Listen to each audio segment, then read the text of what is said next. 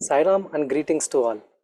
I would like to offer my humble pranams at the lotus feet of our dear Swami and welcome all the attendees, the devotees, administrators of the trust, senior faculty members, and all the devotees, brothers and sisters joining us today for the first among the series of webinars on this education for transformation. And this is today live from Sanatan Vani Studios. So I would like to first introduce myself. I am Anil Chandra GVS, currently serving as the director of the campus at Sri Sathya Sai Vishwaniketanam Hampi campus. So it was in 2003 that I got the most wonderful opportunity of studying at Bhagwan Baba's educational institutions right from my grade 1 to my grade 12. In 2015, I got the divine opportunity of meeting Sadguru Sri Madhusudan Sai, where he gave me this opportunity of studying here at Mudanalli at Sathya Sai Grama, Sri Sathya Sai Center for Human Excellence, where I completed my bachelor's in sciences. After that, we had an internship and training program where we were trained in various skills like teaching skills, hostel management, taking care of children, various other in the hostel like kitchen management, purchases, and various other administrative roles. After that, I came back for my master's in physics, and now currently I am pursuing my PhD in biophysics. Over to Sister Anila. Sairam to all. My name is Anila. I am currently serving as the Deputy Director of Prashanti Balamandira School located at Chikkabalapura town. My journey with this educational system began with my pre-university education. I continued to do my degree at Sri Sathya Sai Center for Human Excellence and thereafter an internship for a year at one of our campuses. Subsequently, I pursued my master's degree in mathematics. I have been a beneficiary of the system for 8 years of my life, and now I have moved on to being on the side of benefactor at the same campus. As an organization, we are mainly into 3 verticals, which is nutrition, education, and healthcare. Today, we will be mainly focusing on the education vertical of Sri Madhusudan Sai Global Humanitarian Mission. As an educational institution, our vision is to have a world where every child has an access to free of cost, values-based, holistic education. And our mission is to serve as a global platform for corporates, like-minded individuals, and many institutions to participate in giving every child this access of free of cost, values-based, holistic education.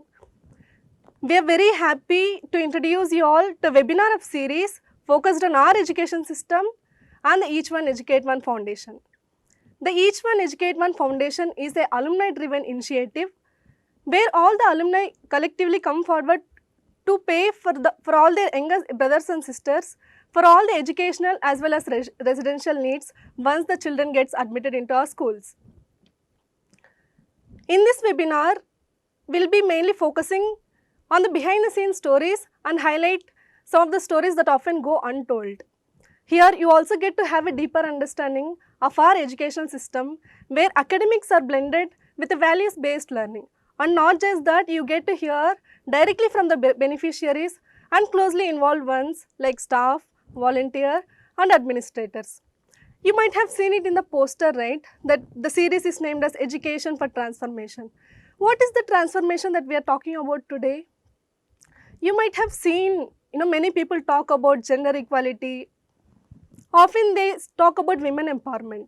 But where does it all begin? As rightly said by Malala Yousafzai, that the battle for gender equality begins in the classroom. In the western part of the world, women and girls do have the visibility and accessibility to education. But what about the girls in rural parts of the India? Most of them do not have voice in these discussions. It is also in the mindset of many people in India that girl child is treated as a burden and often get married off at a very young age. And not just that, many schools in villages do not have right infrastructure and qualified teachers. Additionally, for them to go to the cities and join in corporate schools, often it is financially out of reach for them. And we are very happy to share with you that our institution primarily address these 2 problems. The first one being affordability and the second one being availability. So when I say availability, most of our educational institutions are located in rural parts of the India, making it accessible to all the rural girl children as well as boy children. When I say affordability, education is given completely free of cost, irrespective of the caste, creed and the community they come from. So here whatever is happening, especially the education that is happening in the girls' side, it is not just mere education that is given to them, but a revolution that is done to transform the rural part of India. So before we delve into the specifics, would like to share with you all a video that highlights on the comprehensive initiatives undertaken by our Sadhguru in the education vertical, focusing on how we are developing the rural part of the India. And this video mainly talks about our commitment to the holistic development of entire rural part of India as well as the other countries that we are in. And not just that, the main mission, it is working on the main guiding principle of Vasudhaiva Kutumbakam, one world, one family. May we now have the video. One world, one family. An ancient ethos that ensures happy and harmonious living is the mission statement of the young humanitarian and visionary Sri Madhusudan Sai, who walks the footsteps of his master Sri Satya Sai Baba, the 21st century spiritual master and philanthropist. Christened as the Sri Madhusudan Sai Global Humanitarian Mission, several institutions of public service have been established in just the last 12 years, touching and transforming the lives of millions of individuals across 32 countries, and its epicenter at Satya Sai Grama in the village of Muddinahalli, close to the city of Bangalore in India. Drawing its inspiration from Sri Satya Sai Baba's message of love all, serve all, this mission aligns with the promise of the 2030 UN Agenda for Sustainable Development, leaving no one behind. Its charitable trust, the Prashanti Balamandira Trust, PBT, which is in consultative status with the Economic and Social Council, ECOSOC, since June 2023, has been officially registered on the National Stock Exchange's Social Stock Exchange as a social entity, not-for-profit organization. Nutrition, education, and healthcare are fundamental rights of every human being and every child, and it is the collective responsibility of the society to ensure that these basic needs are made accessible and available for all without any discrimination and absolutely free of cost, believes Sri Madhusudan Sai. Thus, it all began. In the field of education, this mission has established about 28 educational campuses in India and 2 campuses overseas to bestow values-based education completely free of cost to about 4,500 children from the rural strata of society, from grade 6 right up till doctoral studies. The Sri Satya Sai University for Human Excellence, which is the higher education wing, has established India's first free private rural medical college, Sri Madhusudan Sai Institute of Medical Sciences and Research, on the 25th March 2023, and it was inaugurated by the Honorable Prime Minister of India, Shri Narendra Modi. With the vision, in the rural, of the rural, and for the rural, the college has commenced with 50 students in September 2023, and it shall mold rural youth into capable and compassionate healthcare professionals to serve rural geographies. The university celebrated its second convocation on 3rd July 2023.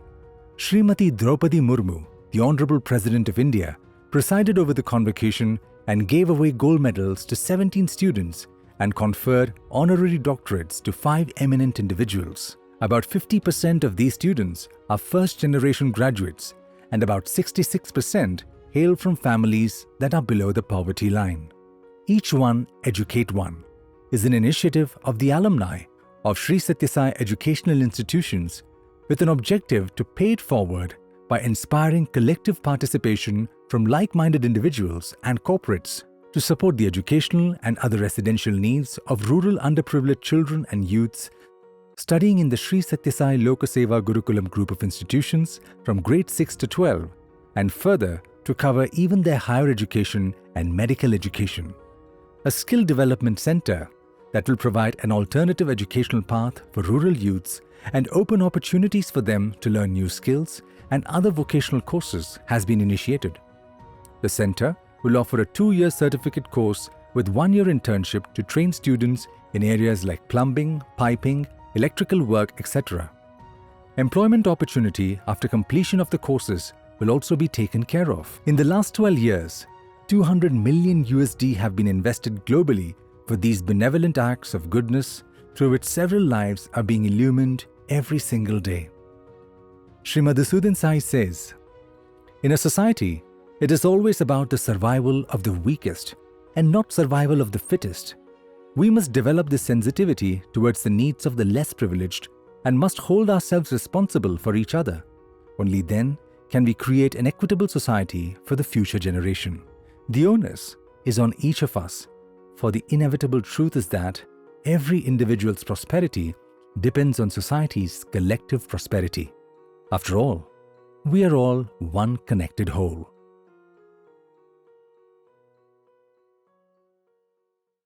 So like we saw in the video, we have the different institutions of education and the various facets of holistic education here in our organization. And I think any parent would feel like joining his kid here, but we can't cater to every child because we can admit only numbers within our capacity, and therefore an admission process. So I remember that my father used to tell me that when he was a boy, when he had the darshan of Baba, he was really inspired to join his educational institutions.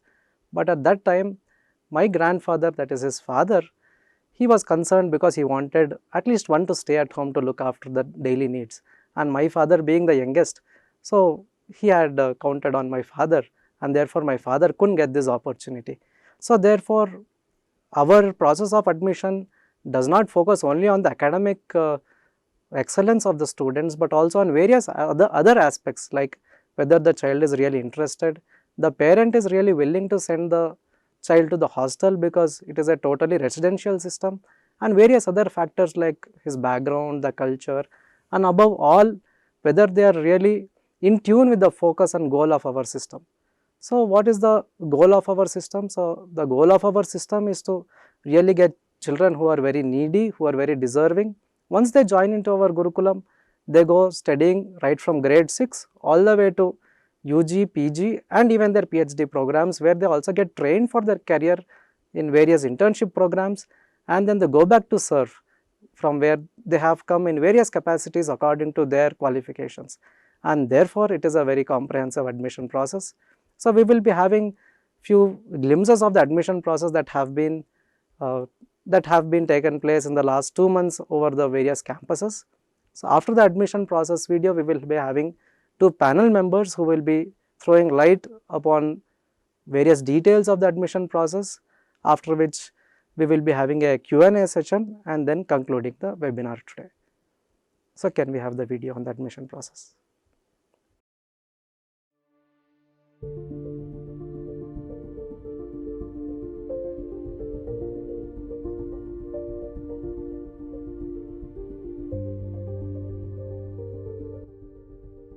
The Sri Satya Sai Lok Seva Gurukulam group of institutions is where we groom children as leaders for tomorrow.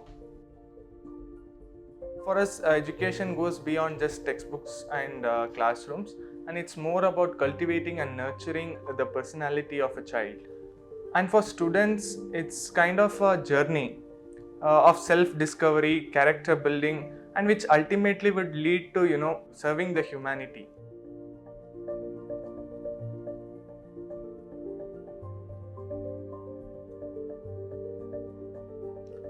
So this process is designed in such a way that students from the most deprived backgrounds are given an opportunity to study, and we believe that each child has a right to quality education.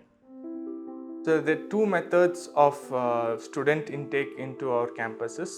One is through the online applications via the website, wherein the parents themselves choose the campuses based on geographical location, which is more convenient and easily accessible to them. The other method is that we reach out to the communities through the BRNVN scheme, and we ourselves select the disadvantaged students who are really able to benefit from this lifeline of education. So the BRNVN scheme has a group of volunteers who go into the villages and they go and monitor various students studying in various government schools.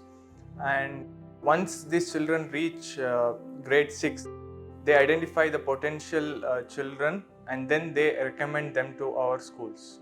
So once the applications are in, we invite the parents to our campuses and we describe to them our education model and also the culture of our schools.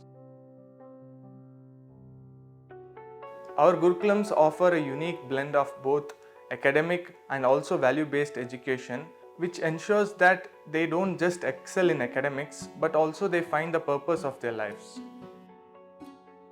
We have an open schooling model called NIOS, which allows us to customize our curriculum based on our organizational values. We adopt a balanced, comprehensive approach to education, aiming for the holistic development of each child. We don't just give them skills and knowledge, we also ensure that they develop values and character to use the skills and knowledge in the right manner. After the visit, we introduce ourselves to the parents. Those parents who like the sound of our institution return for the second visit. And this is where we learn about them, about their financial status, their culture, and also their background. Following this is the final visit where we invite the parents and students whom we feel are aligned to the institution's culture for the interview. We interview the students and parents separately, and those children who qualify are asked to appear for a written examination to assess their academic capabilities. Once the final interview and examination is done, we visit their homes to verify their living conditions. The reason that this matters is because if a child who has other options gets an admission into our school, we are depriving an opportunity to those children who are underprivileged and who have no other options. And it's those most needy children who we are focusing on.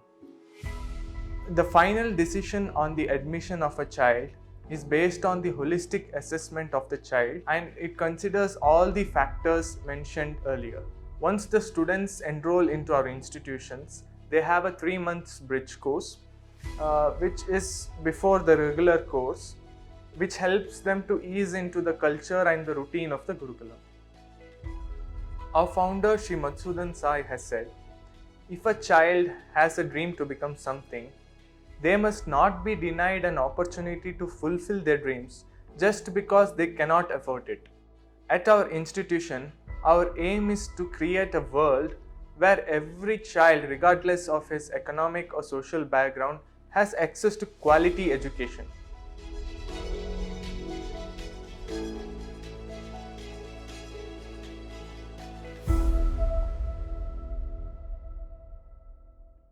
So now we will be having the panel members who will be throwing more light and more details into this, the video that you had seen, the two modes of admission being general category and economically weaker sections. So we have Jairam sir and Venkatesh sir who will be presenting in this regard. So Venkatesh sir was a mechanical engineer by profession, served at the Kirloskar group for 7 years and at the Murgappa group for 25 years.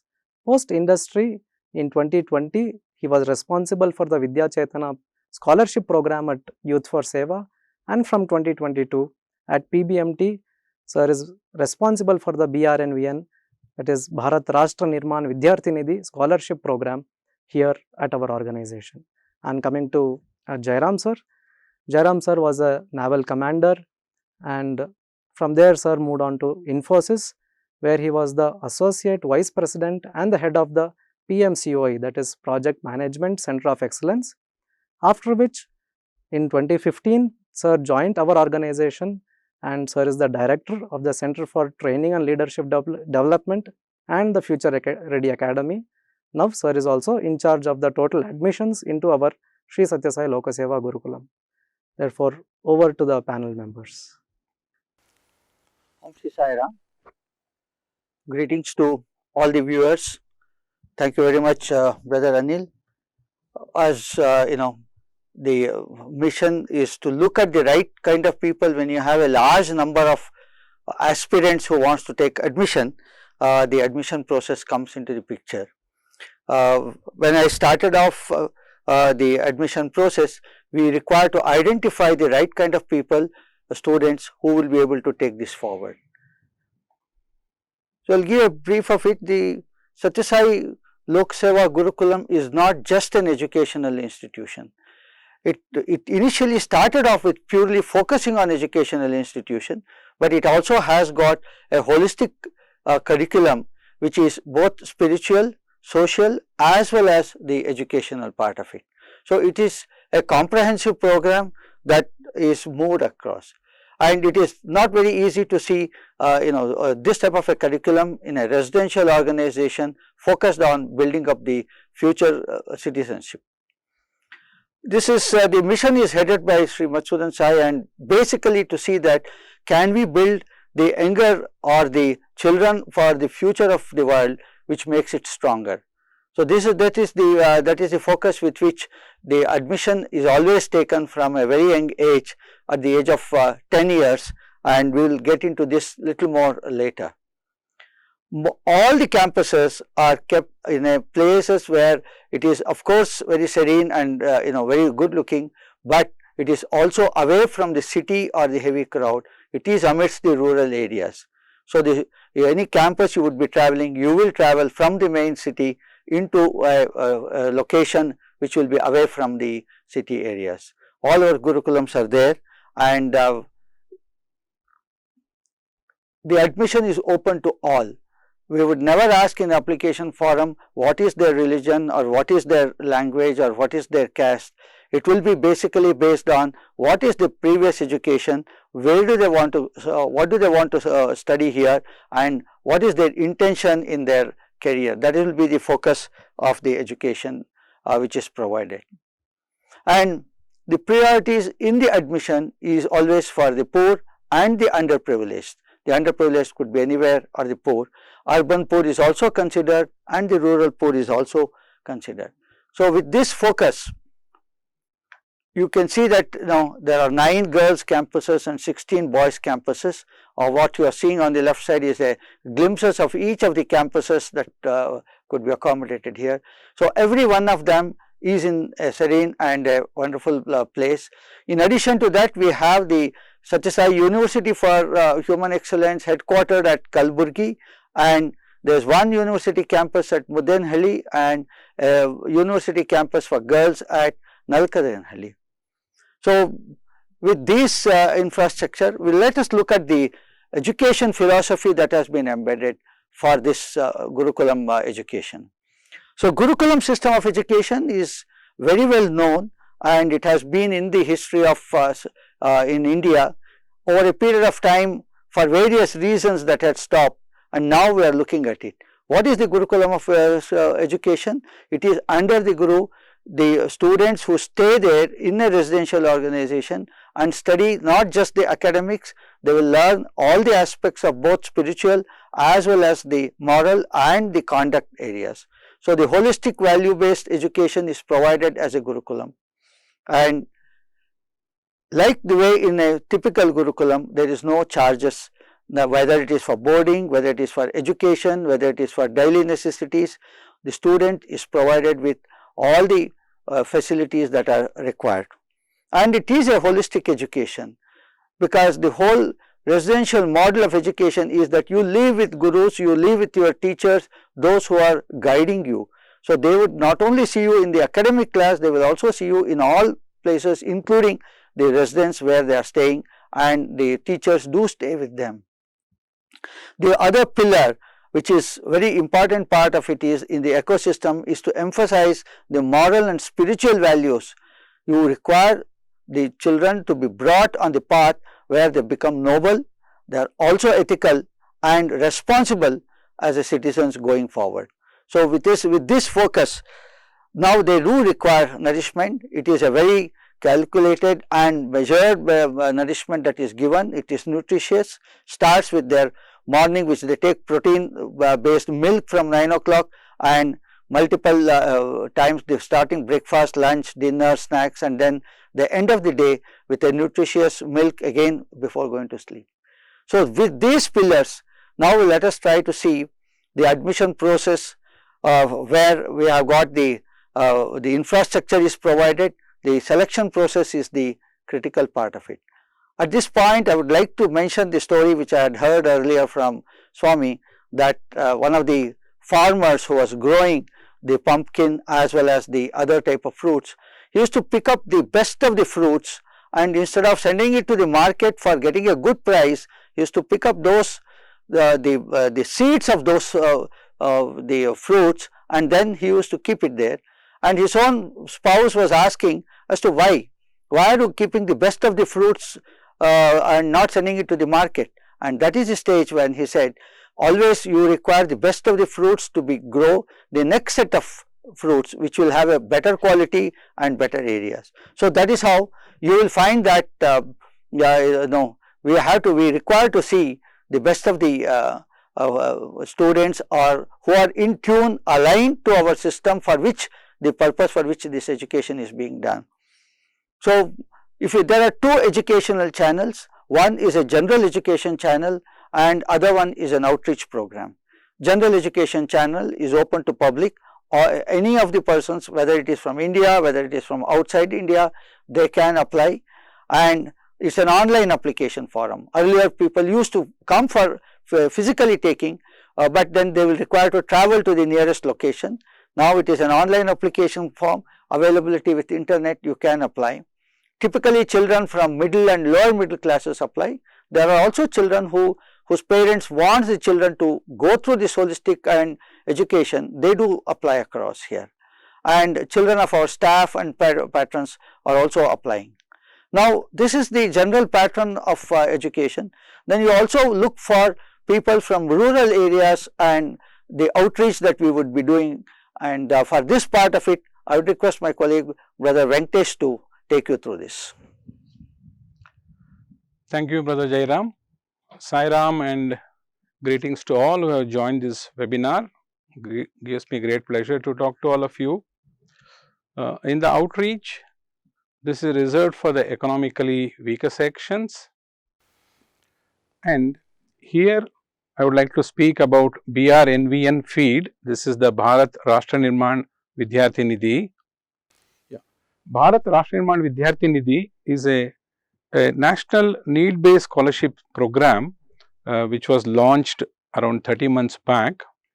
This is essentially to address the dropout of the rural students, primarily instituted to address school dropouts in primary schools.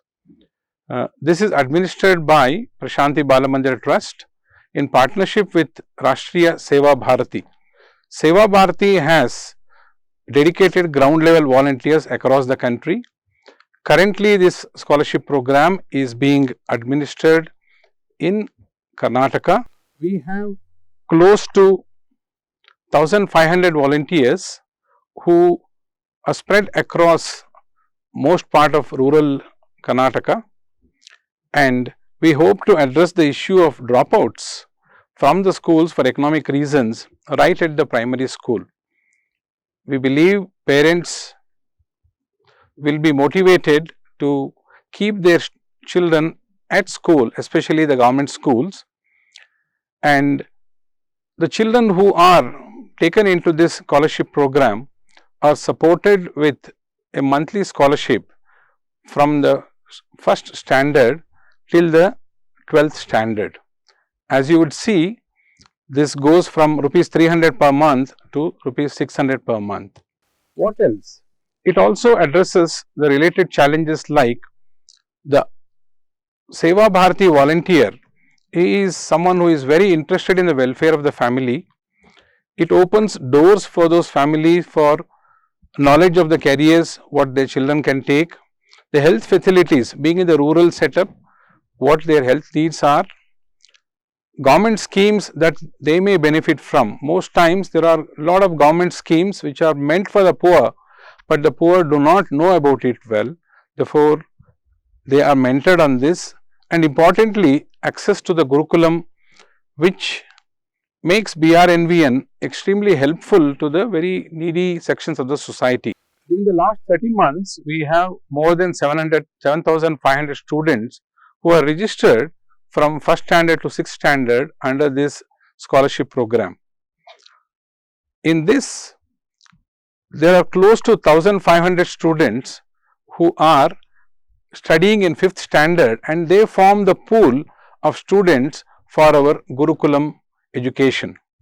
In the Gurukulam education process, we have two stages.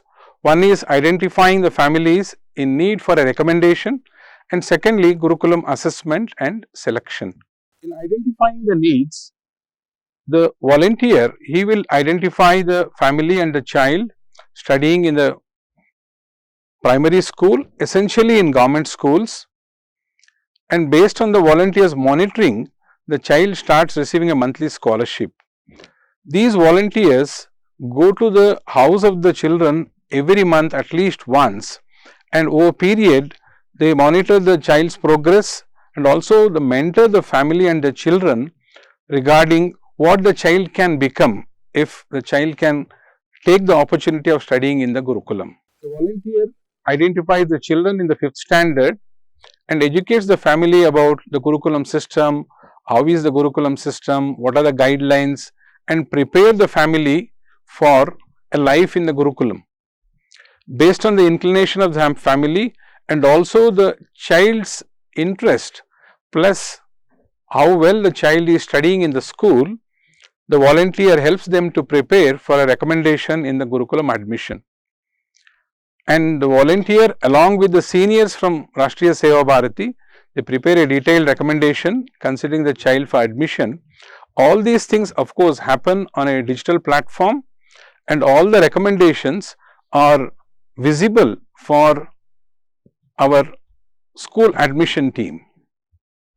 As we approach the stage 2, the Curriculum selection team studies the volunteers' recommendations, which are spread across the entire state, and the recommendations are happening for all the 20 Gurukulams in Karnataka at the moment. The family along with the child and volunteer, they visit the Gurukulam campus. The Gurukulam selection team briefs the family and the children about the Gurukulam guidelines and obtain the commitment before we start the selection process, which Brother Jairam will subsequently dwell upon. The child selection process is carried out over 3 rounds, and then the selection team from the campus, they will visit the home of the children to see in person how the family is. Eventually, the decision of final selection or otherwise is communicated to the family and also to the volunteer, so that they have a good feedback to be incorporated in the future years. And the admission formalities and preparation of the family and child for life at Gurukulam starts off. I would like to share a couple of case studies of the previous academic year. One is of a child Shivaya, who now studies in Belagavi campus. The family is a rural family with very poor financial condition. Like many families in the rural hinterland of our country, they do not have agricultural land and they are daily wage earners. But fortunately for Shivaya, the parents are cultured and keen to get the child educated. He was registered into the scholarship and was very nicely mentored by the Seva Bharati volunteer to consider joining the Gurukulam. Based on the recommendation and the assessment by the Gurukulam team, Shivaya got an admission into Belagavi campus. He is happily studying at Belagavi campus and enjoying every bit of the newfound opportunity.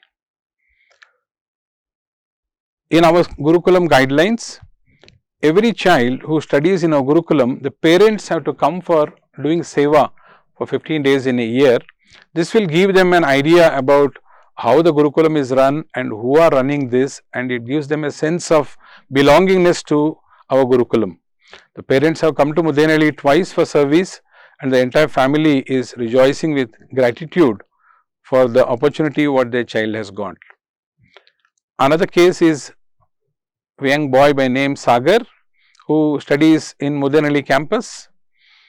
The very poor financial condition of the family, father working as an industrial helper and mother as a housemaid, stay in a rented house, and the only son they have, they want him to study well. Fortunately again for Sagar, parents were very cultured and they understood the importance of the Gurukulam system and the fortune of the child if he gets a chance to study here. He was again mentored by the Seva Bharati volunteer and very well prepared to be ready if he gets a chance to study in the Gurukulam. Based on the recommendation, he got admission in Mudanali campus. He is studying very well and also showing all round progress. He is very good at music and also a very good tabla player. And at a very short time of 1 year, he has become a completely rounded off student and enjoying every bit of opportunity. Parents have come to Mudanali twice for service, and as God's will would have, father has got an opportunity to serve in this very campus. The child is studying here, father has got a chance to serve in this campus. And now over to Brother Jairam to continue on the balance part of admission process. Thank you, Brother Venkatesh. So you could make out that there is a general level of admission, and the economically weaker or outreach section which is there is also admission is there. In general, the admission, once and in the online application is put, you will have a 3 rounds of process. In the first round of process, all the parents along with the children, if possible, are invited to the campuses, and they are briefed about how the Gurukulam education is planned, what will be the nature, what are the intentions of the Gurukulam, and how the children move from one stage of education to the other stage, some of them to move almost up to the post-graduation level or up to the beyond post-graduation level. So all these are introduced to the education model and the ecosystem, and also the students' daily routine, which starts from almost from morning 4:40 when they get up 4:40 a.m. till 9:15. So the different aspects of it is also indicated to them. Once after this, the parents, when they go back, they will have to think about it, whether what they have understood and what they thought is mapping, and they are told that if you are interested to continue, you can come on to the second round. So when they are invited for the second round, interested parents, when they come to the campus, they do get a interaction with the campus management, and you will find that they will have the personally they could ask certain clarifications about the routine, about holidays, about the curriculum, about the examination. So they do engage to gauge the interest and the fitment of the student, and that is a critical part of it. At the end of this, the curriculum management will decide as to who are to be called for the third round, and in the third round the student and parents are interviewed. As Brother Anil was mentioning, the management would have a good detailed discussion with the student first, and then with the parents, understand that both of them do get to have a clarity about the Gurukulam education. The student is given a written test for academic assessment subsequent to that, and the top 10 students in the merit are given the option to join the Gurukulam at the 6th standard. A few students are kept on the reserve list, and in case if any of the selected students doesn't join, the others will be given a chance. So at the end of it, you would find that every campus will have really well selected, identified, who are aligned, and they are the students who would start off their journey in the Gurukulam starting from the 6th standard. So to look at some of the statistics in 2023-24, last year we had a total of 2,436 applications which had come, and you can be caught that in the first round itself there were only 1,680 boys and 756 girls. Second round had 525 boys, almost 1/3 it comes down, and similarly to the girls also. In the final round, the selection was 137 boys, which is 8% of the total boys which was there, and the girls was about 11%. So this is how the selection from the general list is done. Subsequently, from the outreach, after the selection process, we had 143. A total of 363 students are selected from 2,400. Similarly, we also, you can make out at this year, as the admission process is about to complete, we had 3,259 applications, 2,345 boys, of which only about 5% of them have been selected at this stage, 137. Girls, there were about 900 applications, and 65 of them, which is 7% of them, have been selected. And from the BRNVN, we have 130 students who have been identified. So therefore, we have about 332 students. So the selection process is really like the way I said, picking up the best of the seeds so that they are flown in, and this is how we will take it forward. Application background is in line with what we look forward to, and agriculture itself is about 26%, and private sector in the private area, or some of them are business. There are a lot of percentages of students, or the parents are coolies or the daily wage workers. So you can see from the residence locality, you have the city is only about 22%, villages are about 49%, and small towns are about 28% of them.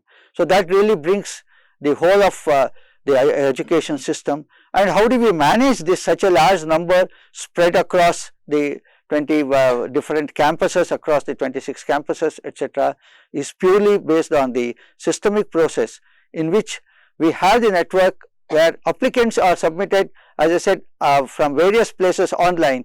It is accessible to every location. Wherever they have given a first choice, they are the ones who will be given across, and each campus has an administration coordinator who would be inviting them to come for the various processes of the admission which will be required. And the details of students, parents, every detail is available digitally. It can be viewed by them, and that helps them to interact with the students, subsequently to validate some of the ideas that they have, students have said. And the admission is by a panel of 3 members, and they would look at both the interview aspect of it as well as from the academic assessment of it. Once the entire process is over, the merit list is done based on the 2 components, that is the assessment of student and the parent interview as well as the academic.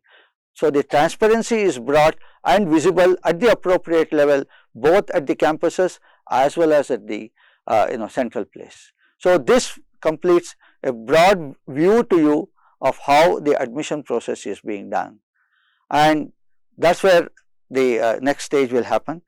So with this, I will hand over to the anchors to take it forward. Thank you, Jairam sir and Venkatesh sir, for such detailed insights into the admission process. I'm sure that all of your questions of why the admission process is so vigorous would have been answered, because we here believe in that only when we sow the right kind of seed in the right place at the right time, only then can we expect the right fruit, right? Earlier I mentioned, right, about the 2 societal issues that we focus on, for the first one being availability and the affordability. I also would like to focus on how relevant it is in today's society. Recently, I had an opportunity to be part of a social impact summit that was held at IIM Bengaluru. During this particular summit, there was one particular presenter named Pallavi Ghosh. She spoke about her work, and especially about the 3 P's that she is working on. The first one being prosecution, prevention, and the protection in the issue of trafficking. Still it is happening in the northern part of the world that girl child is not being treated the right way. So I am sure whatever is being done on the education side, it is the most right thing to do. I also would like to tell you all that how it is helping the girl from the rural India.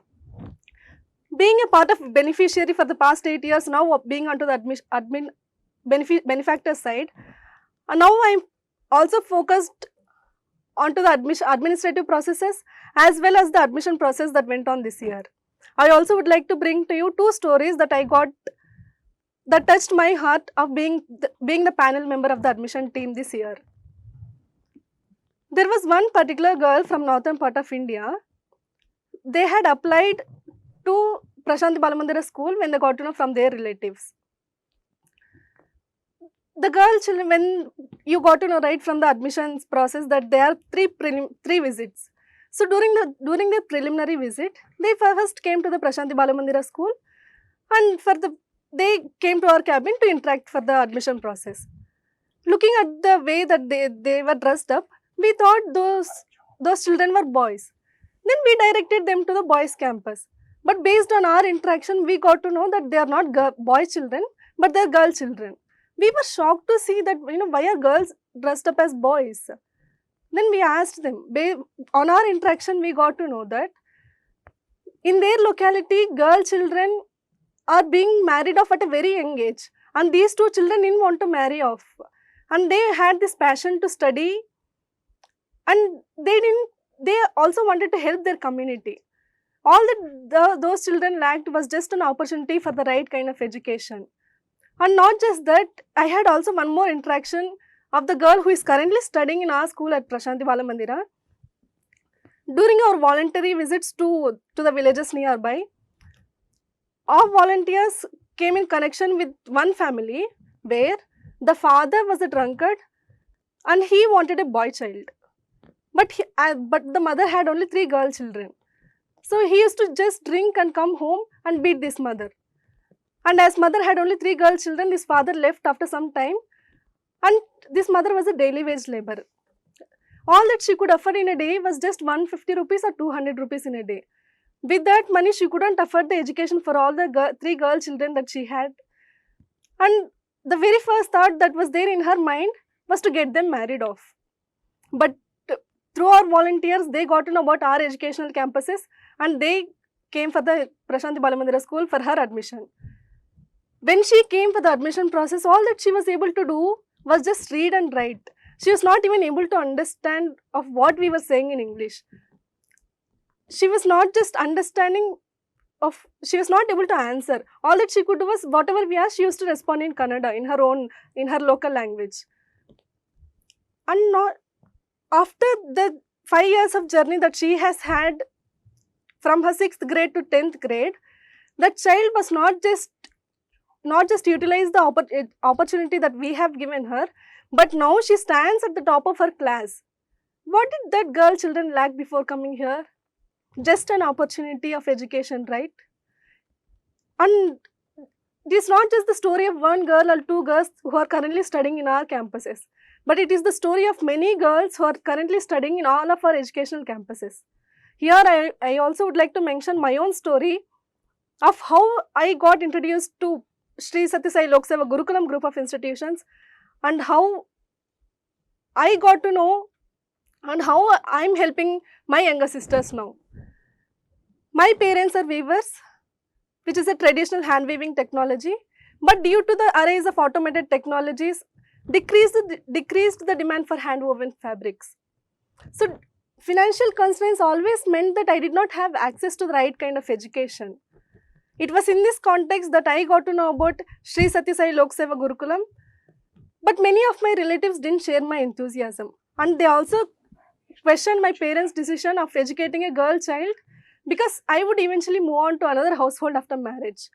But my parents recognized this value of education, and they wanted to get me educated irrespective of whether they have the money or not.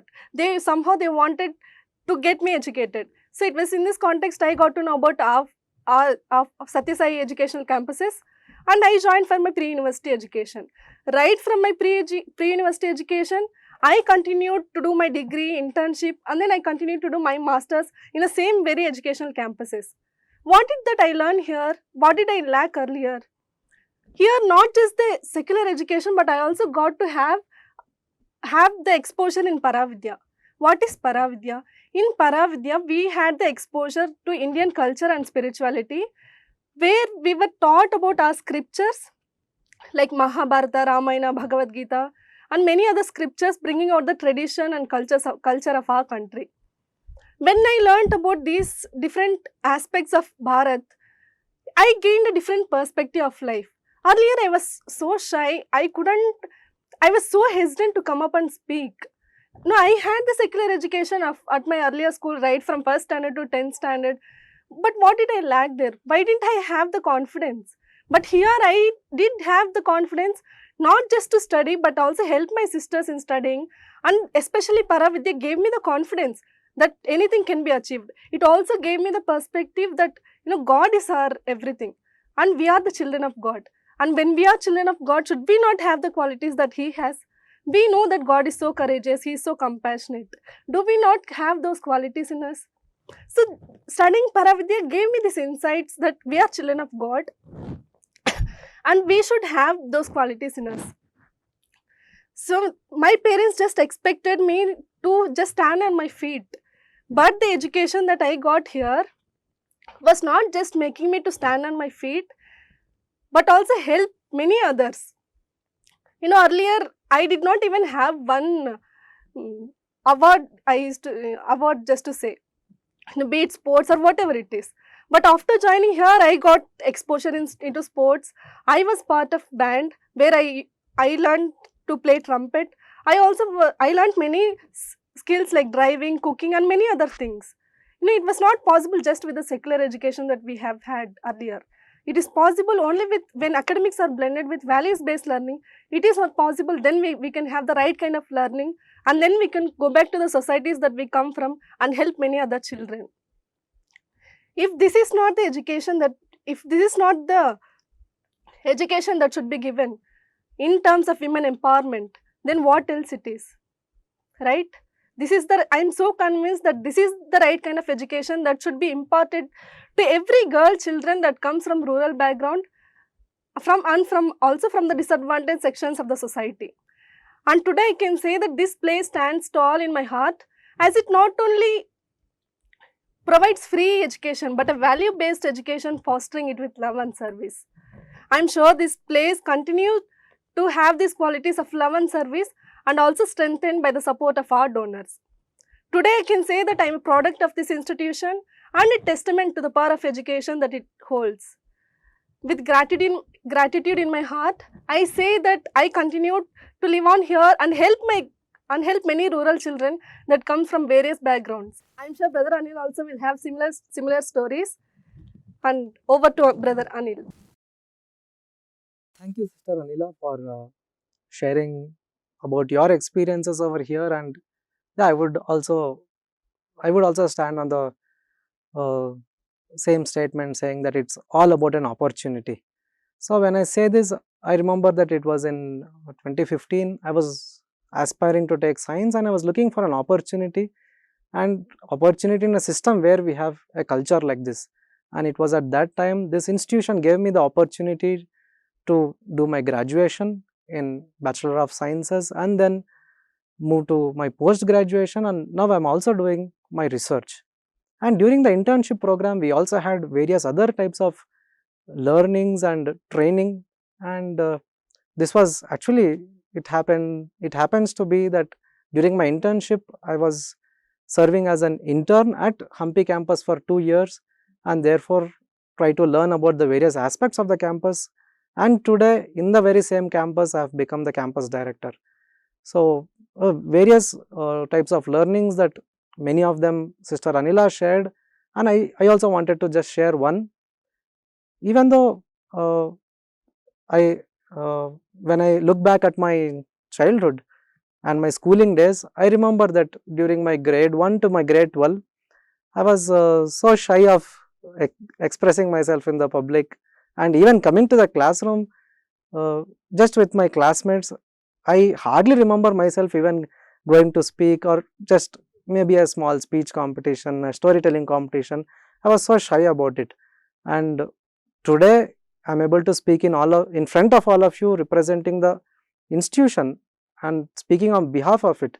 And I think this is surely to the credit of the various opportunities the institution has given, and also the training and the guidance, the effort of our teachers and our elders, and above all the love and inspiration of our founder Sadhguru. So I would also like to maybe share a story that we have found during the last year admissions.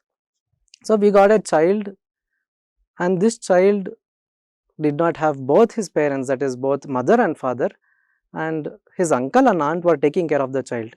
So they came for the admission and they requested as an opportunity to take the child into our system. So as we were going through our admission process, we found that actually the child was quite intelligent, but I think because of lack of attention at home, lack of care at home, that boy was think so very introvert that he was so scared of even opening his mouth and answering to us. He was quite good at Kannada and struggling at English, but still looking at the potential that the boy had, we had taken the boy into our system.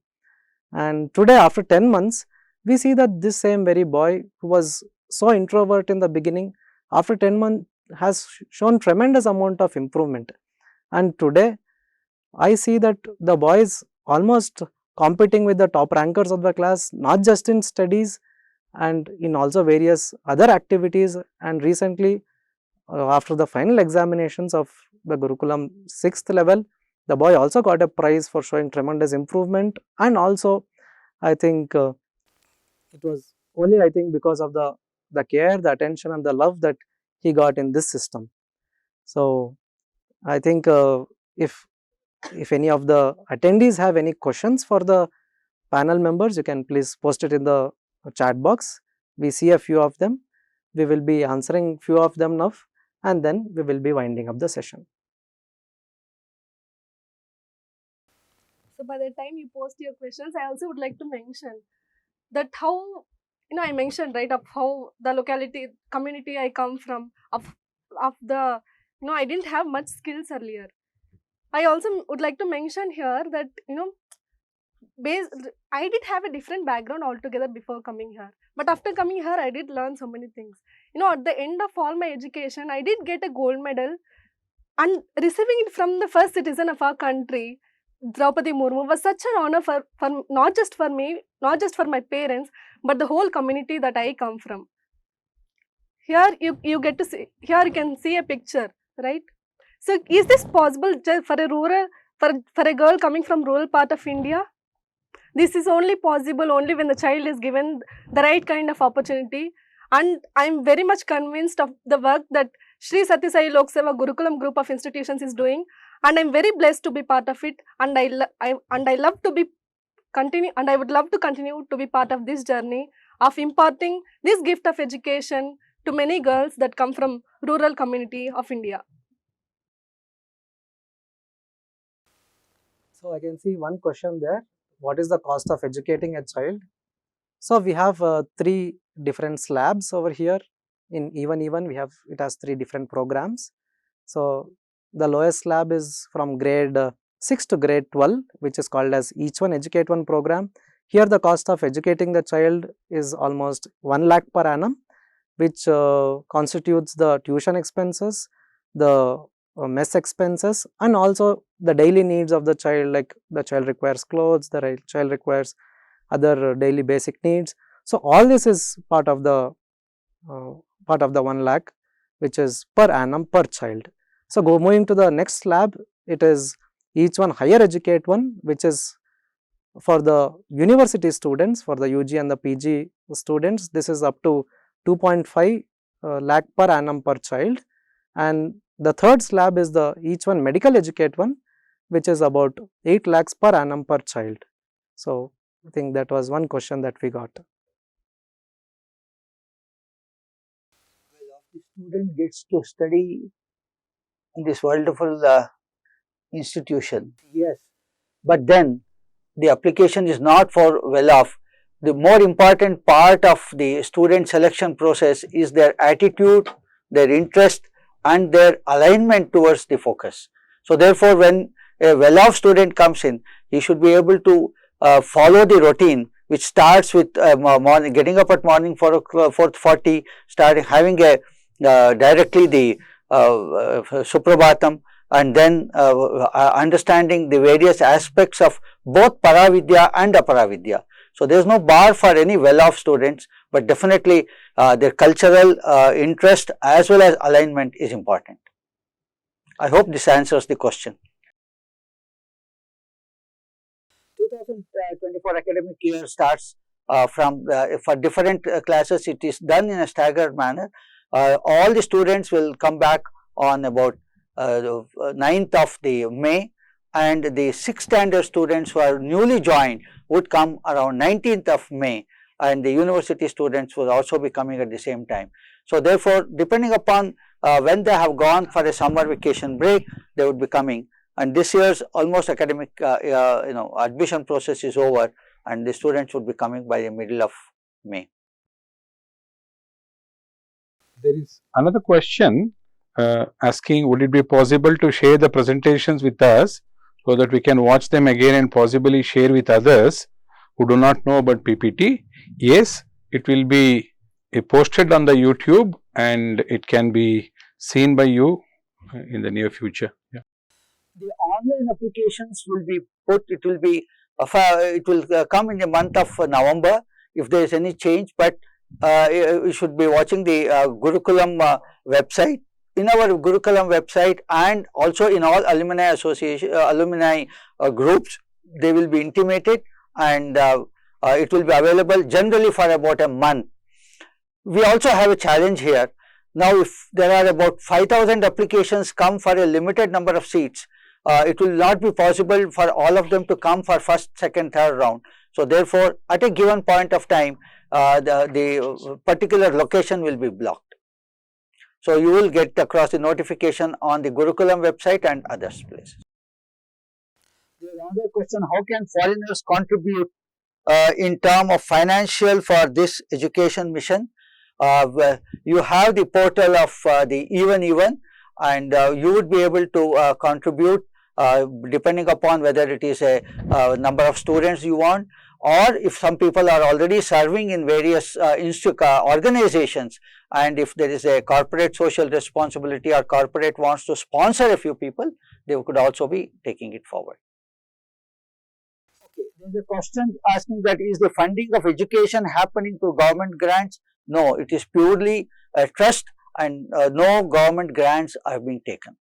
For the person who had asked, there is a QR code. If you can scan, it will directly take you to the place where you will be able to contribute.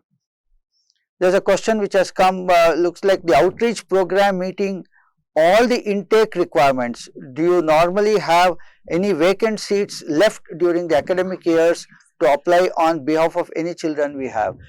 There is a clear division between how many students you will take it from the general quota and how many will be taking it from the outreach. So it is equally mixed, so that any particular class is not dominated by one, and then there is a learning for both.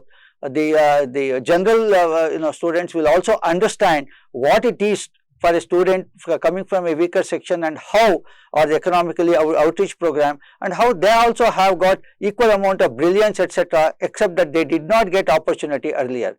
As well as the weaker the outreach students also learn from various skills and behavior and conduct from the general skills. So therefore, it is a combination. It is not dominated by any one particular way. There are a number of questions. I am sure you will bear with us because we may be exceeding the time that we had planned, but it is very grateful and very nice to see that there is a lot of interest to see on the questions. Please let the people know that there are SAI organization in other countries that supports the student and issue tax deductible receipts. In Canada, it is the Divine Will Foundation of Canada. It is a good information that has already been there. There is another question. So this year the total, how many children will benefit from? As we have indicated earlier, about 400 children will be the ones who will get benefited from this admission process. This is only at the 6th standard level of admission. Okay, so coming to the final part of the webinar. So once again, I would like to thank all the attendees who participated in this webinar, and also many more individuals who have in various ways supported this initiative. And as you can see on the screen previously, so that was the code scanning, which it takes us to the even website, in which we can see the various programs, along with, like I had explained before, the various labs in which Indian and a foreign citizen both are eligible to support. And once again, I would like to invite all of you to all our various campuses, so that you can meet the children, you can really get a first-hand experience of what benefit they are getting at our system. Because in our system, education is not just about educating a child, but along with education, we also give them spiritual and moral values. Along with that, they also get a 100% guaranteed employment at the end of their education. So therefore, in our system, education also leads to employment, and therefore, this is I think a strong way in which we are trying to build our nation. We know that in the recent times, I think Bharat has been really progressing at a very fast pace, and it has become the world's top economies. At the same time, however, it is a very large country. We are having still many poor, many of them who are very needy, and many of them who are into old ways of thinking. And therefore, our aim is to go get these children into our institution, transform them by the power of our education, and put them back into the mainstream so that they can serve the society. So, by saying so, I would like to conclude by saying, educate a child and transform a life. Thank you. So initially I told you, right, this is a webinar series. So in this series we focused on the admission process, and we have many more education videos education series to come up. So please log in and register yourselves and participate in this webinar series. So our foundation is called as Each One Educate One. So all of you have viewed this webinar. I think it's a call out to all of you. Each one get one for the coming webinars, so that we can support more children in more ways and do more in this field.